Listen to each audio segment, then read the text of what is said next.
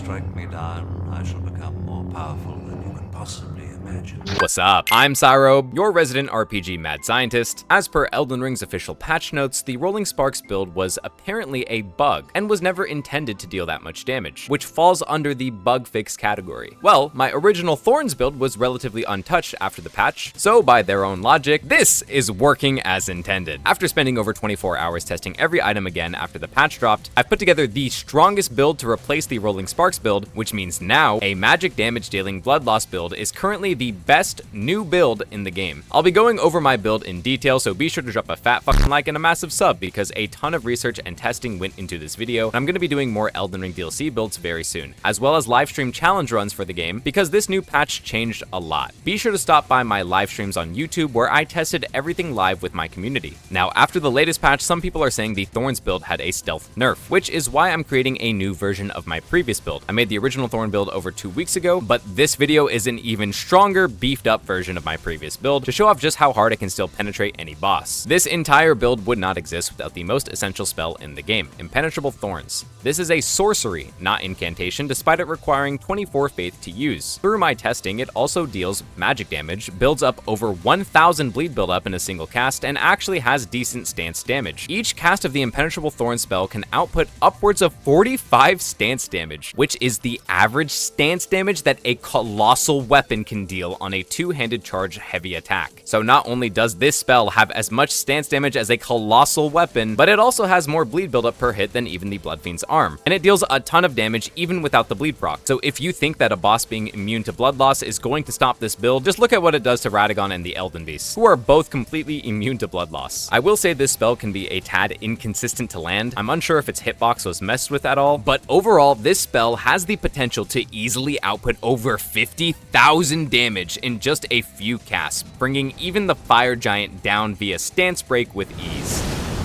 Again, here's where I jokingly say that this is working as intended since it survived the patch. So let's get into the math behind this build. Unfortunately, this build is going to have a really high level requirement. My channel always makes builds at lower meta levels purely for min-maxing purposes, but this build requires a lot of stats to fully make use of it, and I'm only making it for PvE, so I'm setting this build to level 200 instead. The reason our level has to be so high is a result of both level requirements for the Impenetrable Thorn spell and the staff we are using. The maternal staff is a new sorcery staff that requires 21 intelligence and 21 arcane with an A tier scaling for both stats at max level plus 25. This staff has better scaling than the Albinaric staff, despite the Albinaric staff getting an S tier and arcane due to it having nerf status buildup not too long ago. However, for the actual sorcery Impenetrable Thorns, it requires 24 faith, which combining everything is already 66 total levels just to meet all minimum requirements for this build. Trying to squeeze in points to min-max all soft caps just feels inefficient because you either lack extra damage if you choose only arcane, or you lack significant bleed buildup and lack even more damage if you choose only intelligence without arcane. The damage of the Impenetrable Thorns scales off intelligence and arcane, but the additional damage and the bleed buildup from the Impenetrable Thorns spell is increased purely by your arcane stat. So the more arcane you have, the more damage you deal, and the higher your bleed buildup will be. But also, the higher your intelligence increases your damage even further, given that the staff is both A tier scaling for intelligence and arcane once again. This is why I deem this build worthy of being such a high level. You could make it work at a lower level. From my testing, I did make it work at level 150, but it just felt a tad suboptimal since the scaling of the new staff is way too good to just use only one of the stats that it scales with. Now that I've cleared up the stats for this build, let's go over what buffs make it work. Typically, whenever I make an insane high damage build, I try to avoid buff stacking because I genuinely despise buff stacking since one wrong buff order and you have to restart the process from the beginning, and I'm sure most people will dislike that as well. So good news, because I achieved all of the damage you've seen so far with 2 actual buffs and my physics flask. This build is literally just my physics flask with seppuku and golden vow. That's it. No helm swapping, no talisman swapping, just a simple and effective buff that activates this build's damage in nearly 15 seconds of setup. So let's get into the buff setup now. Of course, as you can tell, I have White Mask and the Lord of Blood talisman, and these items surprisingly buff our spell damage. But I also integrated the best consumable from the DLC into this build. You all need to start using Sacred Bloody Flesh. I talked about it in my last video, but for most people, it still seems to to have gone unnoticed. Once this item is consumed, it raises your total attack power by approximately 8% for 30 seconds. However, this consumable provides an additional buff similar to the Lord of Blood's talisman. It provides an additional increase to your damage by approximately 17%. If you eat the consumable and proc bleed with your spell, you're looking at an approximate 28% increase total buff from just this one consumable, which becomes even more significant by utilizing seppuku to self-activate this buff whenever you want, manually increasing your attack power for around 25 seconds with both buffs active, since the time it takes to eat it and cast seppuku on yourself means you won't technically have the full 30 seconds of buff time for each. Now pay close attention. The way this consumable works is pretty weird. This specific information isn't available anywhere else, not even on Fextra Life. This was all discovered from my research and manual testing of these buffs. The initial consumption of the Sacred Bloody Flesh increases your damage but only does so for 30 seconds. While that timer is counting down, the game is listening on tick for any blood loss to activate the second passive for this buff. Once blood loss occurs near you, a new timer starts for the second part of the buff, which is literally a separate 30-second timer buff. Basically, the Sacred Bloody Flesh starts its first buff as soon as it's consumed, which lasts for 30 seconds. Then, whenever blood loss activates near you during that 30-second time frame, the second buff and another 30-second timer starts and is independent from the first timer, meaning that the damage you gain from the later blood loss proc can exist and stack with the original consumption buff, but can also exist after the initial consumption buff fades away from its timer. So relying on blood loss procs with only the spell to activate these buffs can be a bit inconsistent, as the spell instantly procs blood loss on most enemies, but the buff would only apply during your second cast, reducing the total uptime of your DPS by a lot. This is all easily self-activated by just committing Sudoku, allowing you to control all buffs from the Lord of Blood Talisman, White Mask, and both damage buff passives from the new Sacred Bloody Flesh manually. And yes, all of those bleed buffs do stack with each other, and all you have to do is equip them. Pop one of those meat bad boys down the hatch, commit Ritual Sudoku, and easily get an increase to your attack power by an approximate 69% off of just one use of seppuku. The Sacred Bloody Flesh not only increases your attack power, but it increases your arcane stat by a flat plus 10 value. So any weapon that scales with arcane will benefit even further from this buff compared to the ones that don't, which I'm accounting for with the Sacred Bloody Flesh buffs. But we are not even close to maximizing our damage output with our spell. To both your surprise and my own, I discovered that the Sacred Bloody Flesh increases all damage, including a legitimate increase to your spell cast damage. The Sacred Bloody Flesh says that it only increases physical damage and that the blood loss after can boost all attack power, but in reality, both instances of this consumable buff can increase the damage of impenetrable thorns. Some of you might be thinking that the thorn spell is physical damage because of this.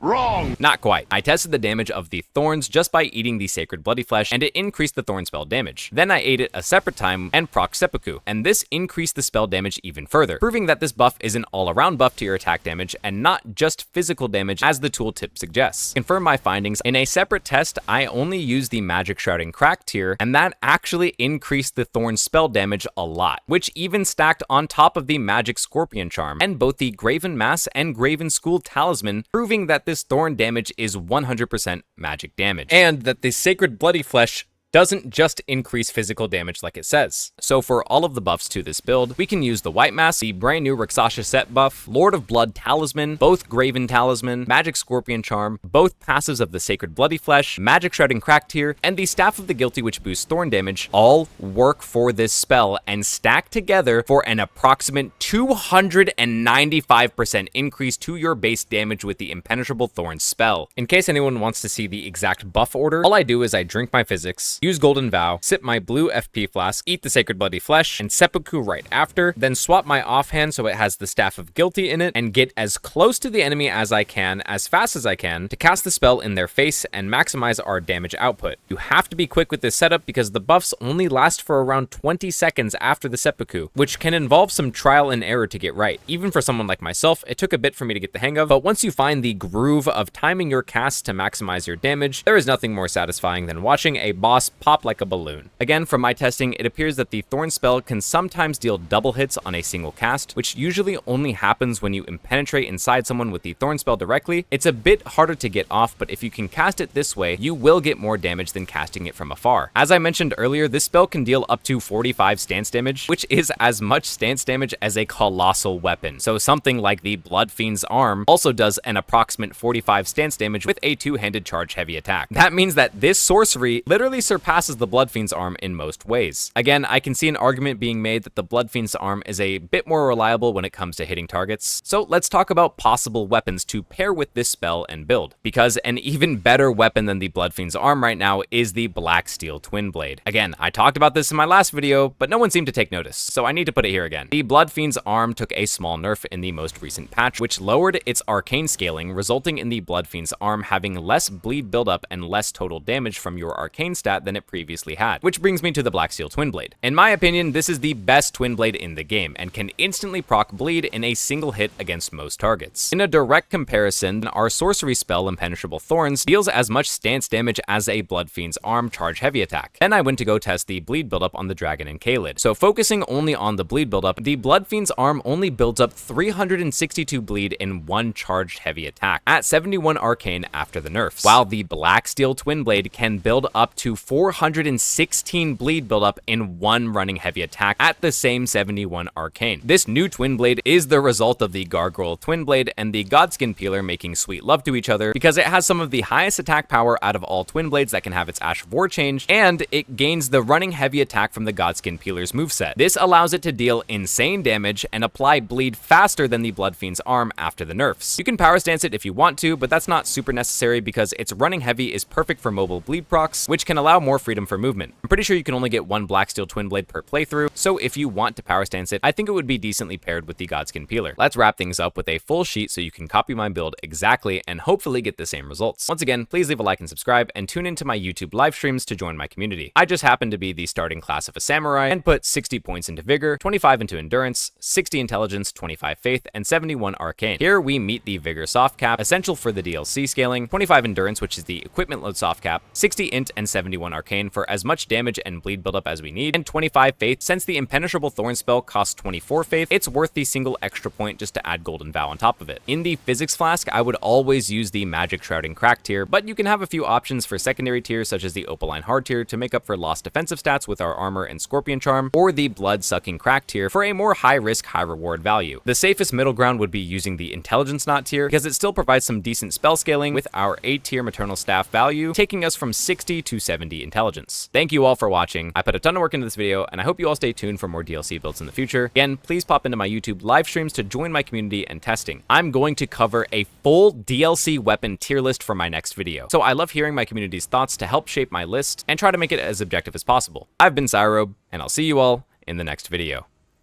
Peace.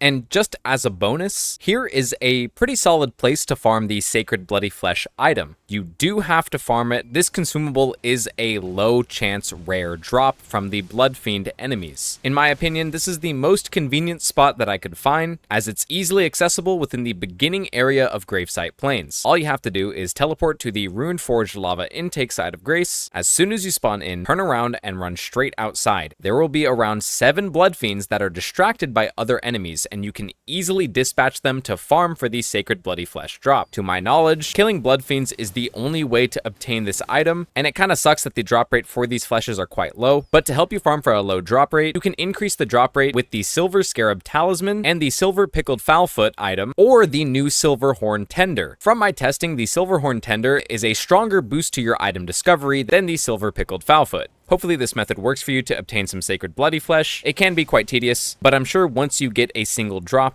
if you know how to duplicate items by dropping them and backing up save files, you can just do that method instead of farming them. And personally, I would do that too if I couldn't just spawn them myself. Once again, thanks for watching. Hope you guys enjoyed, and I'll see you guys later. Peace.